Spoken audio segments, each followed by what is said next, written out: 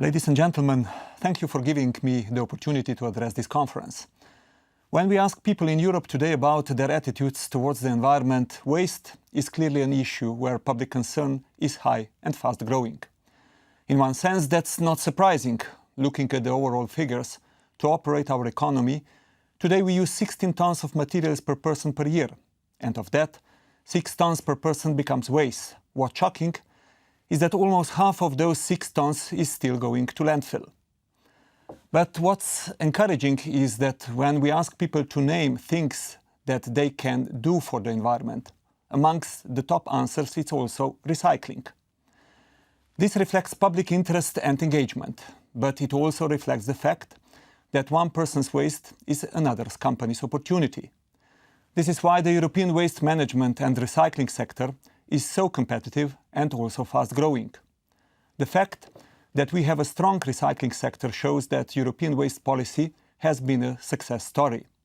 Already now, 6 member states have cut landfill to less than 5% of the waste they generate, and 4 member states are already recycling more than 60% of their municipal waste. Even 10 years ago, this would have been thought of as quite unrealistic. How has this been achieved? Because we agreed together to set targets, which have helped create the opportunity for investment and innovation in waste management and recycling. And member states have responded with a range of policies which are producing results. Economic incentives such as pay-as-you-throw schemes, landfill and incineration taxes, extended producer responsibility and take-back schemes, encouraging composting, the banning of certain waste streams going to landfill. This success story has reinforced our view that we can go further. In the Resource Efficiency Roadmap, the Commission set out objectives to cut the total amount of waste generated by 2020, to maximize recycling and reuse, to limit incineration to non-recyclable materials, and to in fact phase out landfilling. Looking at the United Kingdom in particular, it's increasingly clear that opportunities in the waste and recycling sector have expanded a lot in recent years. Recycling and composting is increasing. A landfill charge is producing results. There are important differences emerging within the United Kingdom, between England, Scotland, Wales and Northern Ireland, and between cities and regions. This shows just what can be done. But at the same time, we must be aware that the general picture is that landfill remains high, at around 50%. There are big opportunities here. If the United Kingdom were to achieve the objectives of the Resource Efficiency Roadmap, we estimate this could create 85,000 jobs and increase the annual turnover of the waste management sector by 10 billion euro. In this time, when we are searching for sources of growth and jobs, here is a clear example and one which also makes progress on environment and climate goals at the same time. A lot of the waste currently produced in the United Kingdom is being exported to the rest of Europe and incinerated. That's because some countries in the European Union over-invested in incineration in previous decades and now find themselves with surplus capacity.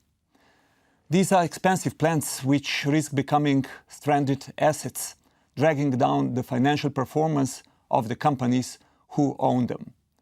The response to that is not to create excess incineration capacity in the United Kingdom. It is to learn from that experience and invest rather in waste prevention and recycling.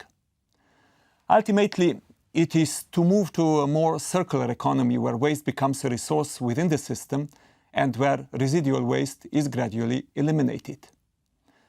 Does the waste industry have a future in such kind of a scenario?